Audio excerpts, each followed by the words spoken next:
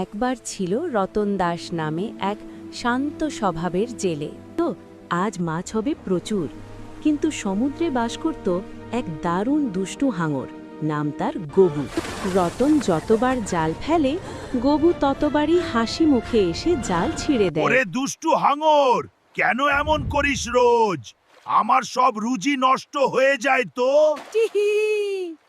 রতন যতবার জাল ফেলে, গবু ততবারই হাসি মুখে এসে জাল ছিঁড়ে দেয়। পরের দিন রতন দেখল সেই দুষ্টু গবু হাঙরটি এক ভয়ঙ্কর বিপদে পড়েছে।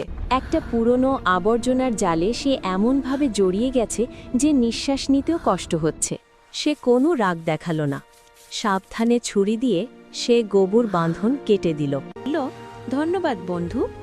সেই থেকে গবু আর কোনো দিন রতনের জাল ছিঁড়েনি। খারাপের উত্তর খারাপ দিয়ে নয়, ভালোবেসে দিলে তবেই সত্যিকারের শান্তি আসে।